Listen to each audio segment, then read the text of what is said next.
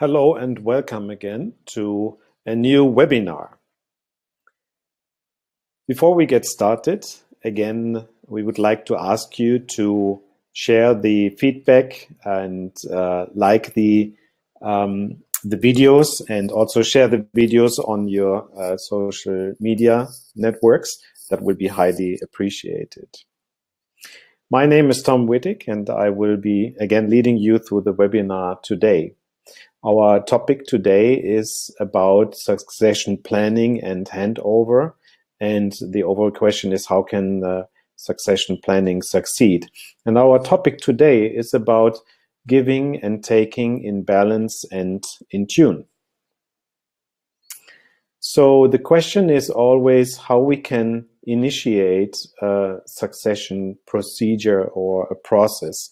And of course it is characterized by at least two parties. One is the giving party and one is the taking party, or who is taking over. And we have to keep an eye on both, of course, and turn to both players here, of course. As a reminder, this is what we talked about several times now in previous webinars, and you're welcome to explore that in the replays of the previous sessions. We always take a systemic view on the situation, which means that we take a look at who belongs to the system and who needs to be involved and seen and given a place in this entire spectrum. Our focus for the discussion today is, of course, very specifically about the successor candidate, or the person who wants to take over a certain position or a business or a family business, and of course the founder and owner, or it could be also several people, the founders or owners. It's very common that it's a group of founders, or if it's a family business, that it's a couple who is transitioning, for example, into retirement or into a new chapter of life, and they would like to make sure that there is a smooth and effective transition, of course. And the question is always, what does it mean, giving and taking in tune? In simplified terms, this is, of course, a key for any situation where we have a handover. It's not only for, let's say, a succession in a family business, but also for a leadership succession, which is a crucial moment for not only the leaders, but for the entire constituency of people who belong to it. And we will come back to that in a moment. But easily said, first of all, one has to be prepared to give. And if the person who is handing over is not too prepared to share and give with the others, then we might have a big challenge. And likewise, the other one has to be prepared to take. Now, it sounds very easy and simple, but oftentimes this is a crucial element in every transition, because sometimes it's not that the person who is handing over doesn't want to give or share. It's sometimes so that the successor candidate does not want to take over, or doesn't even want to be influenced, which is okay, which is fine, but it requires, let's say, a different kind of working then. And then, of course, the successor can only take what the previous owner is prepared to give. He cannot take much more. And often what we see in systemic constellation, when we work through the challenges and the entanglements of such a situation, is that sometimes a successor wants to take more than he can actually, he's being given or he's being offered by the previous owners. And that leads to a challenging situation. So one always needs to know exactly what is here the balance of giving and taking. And likewise, the owner can only give forward and share with the successor what he or she is prepared to take. So if the successor doesn't want to take over, or is not ready maybe to take over, then that is could be a challenge, especially when the previous owner has a certain experience and knowledge, and would definitely and eagerly like to hand over something and give more. But if the other person is not prepared or willing or able to take it over, then we might have a disbalance. And out of this imbalance could reside a conflict, which can take its own dynamic. And sometimes for no apparent reason, and sometimes for unspoken reasons. There are hidden dynamics that unfold over time, which could ruin a whole transition, and which could make it very difficult, or even make a very risky situation out of such a handover. So these are simple things to keep in mind, and each party should then ask herself or himself, where I am, what am I willing and prepared to take or to give, and where do we see the balance? And if what we see is when the balance, a good balance is met, then the succession can actually proceed, and it doesn't get into a challenging moment. But for many people who are actually being asked to support and enable the succession planning and the transition, the question is always, who should I work with? So who should be the person that should be the recipient of the support or the coaching or the advisory? Sometimes this is fairly easy and straightforward, and sometimes only on the second side it turns out what the appropriate scenario would be, and who should actually initiate this work and this act of helping the support and enablement. I would like to give a few hints about that by walking you through a very simple scenario here. So first of all, we have our two candidates, and one is the receiver and the other one is the person who is handing over and transitioning. So they will meet at some point in time, and of course they have to get to know each other and these kind of things, but they also will soon find themselves to get into a certain motion of and movement of giving and taking and discovering also probably with each other. What I hear oftentimes is then when it comes to, let's say, a handover situation or the process is being initiated, that sometimes the previous owner realizes what he or she has, let's say, accomplished in the past or accumulated in terms of experience and knowledge that one might take for granted. But then you suddenly realize when you have to communicate to somebody else what all the nuances are and the key things that you have learned about your business and the tips and tricks and so on. So this is, of course, very important and valuable feedback and input for any succession candidate. And likewise, the person who is taking over might find herself or himself in a situation where you suddenly realize, oh my goodness, I have to learn a whole lot of things about this business and how actually the inner workings of the company are. And as I mentioned before, sometimes in a lot of cases, there's also the partner of the owner who is playing a key role in this in terms of supporting the other person. Because sometimes when you have worked your whole life and you have given your whole time, energy, and lifeblood into an enterprise or an organization or a project, then you might wonder, okay, what is next for me and what should I do? Or should I rather stay somehow connected to the business which I have built? And sometimes the business, especially in family-owned businesses, the enterprise is playing a key role, almost like a family member, which wants to be seen, taken care of, nurtured, visited every day, and so on. And so that's something to keep in mind, that there's also a support from the partner and the family. And next, of course, we have to keep an eye on the employees and the leaders in the organization.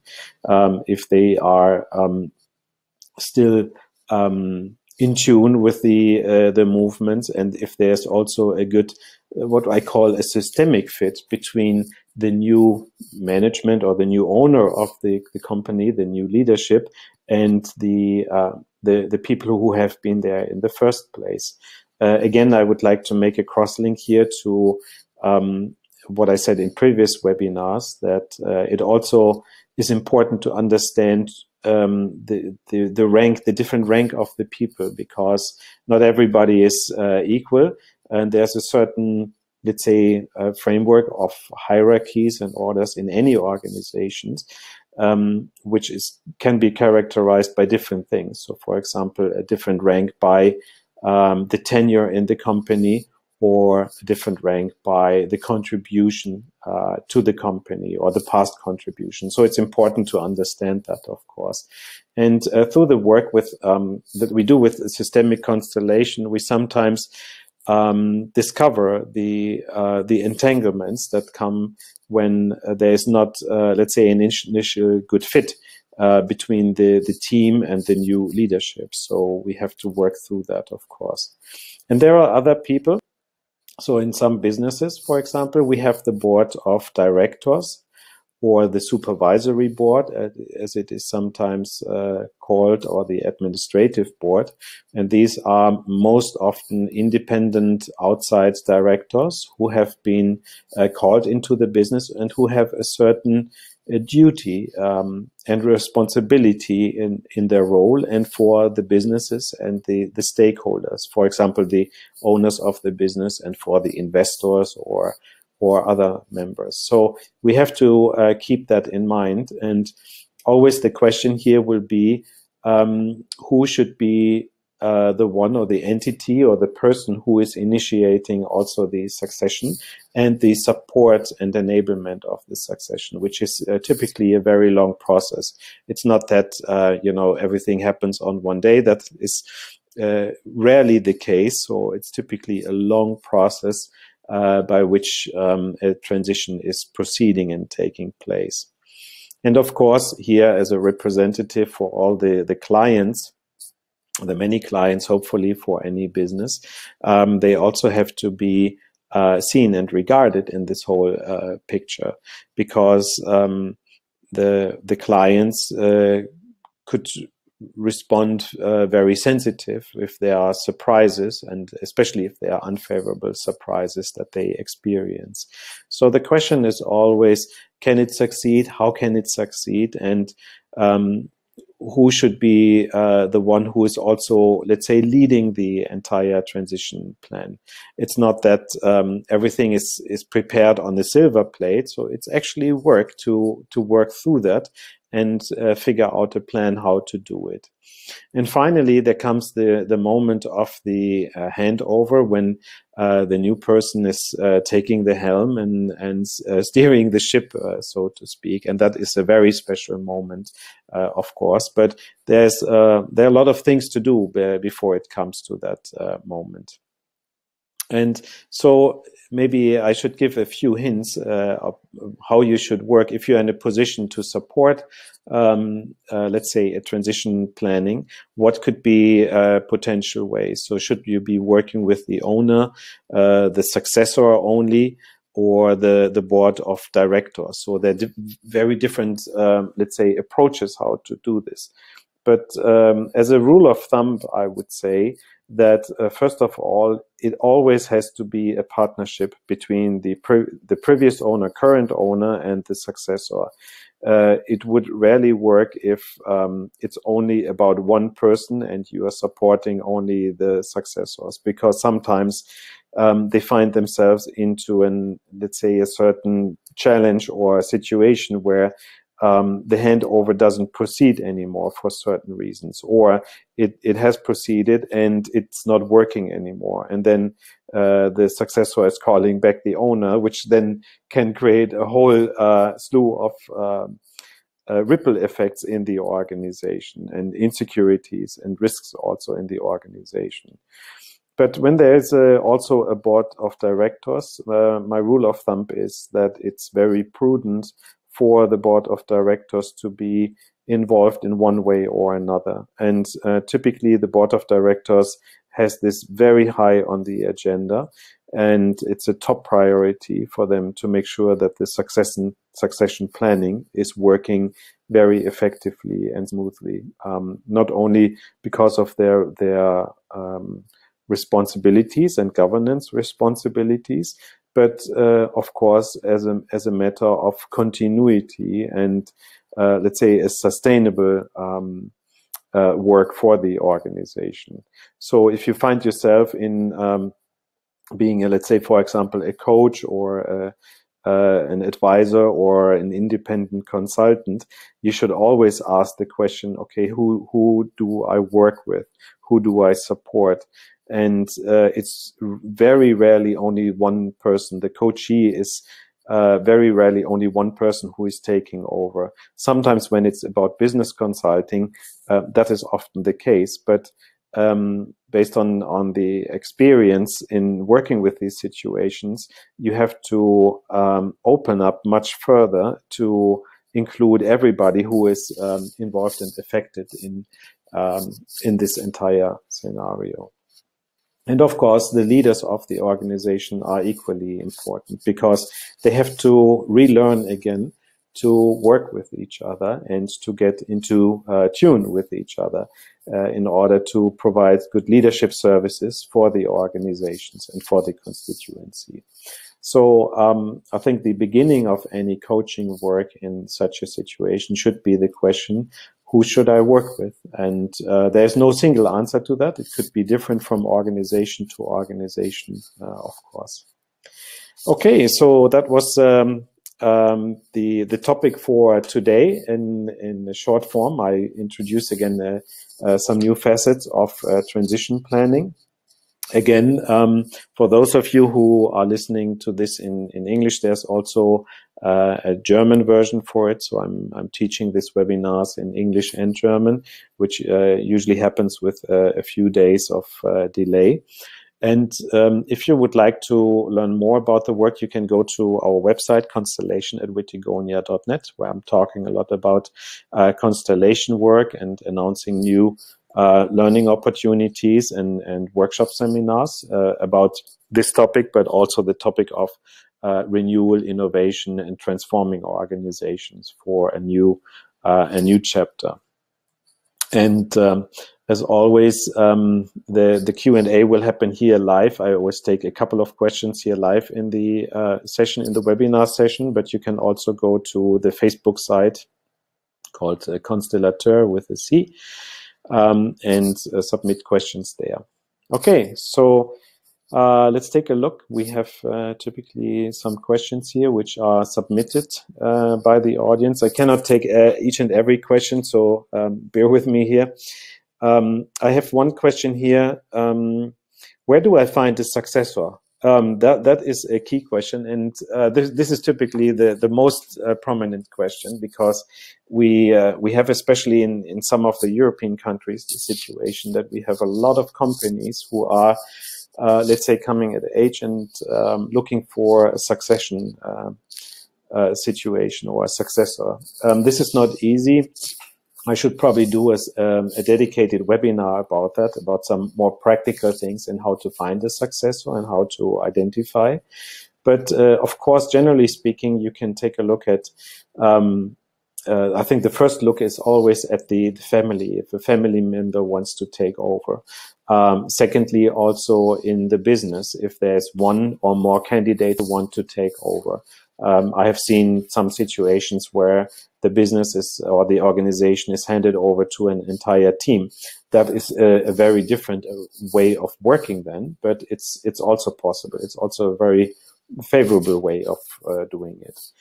Other ways could include, for example, partnering, selling the companies, or looking at, let's say, very different, somewhat unconventional ways of finding successors. My general recommendation is to start with this early.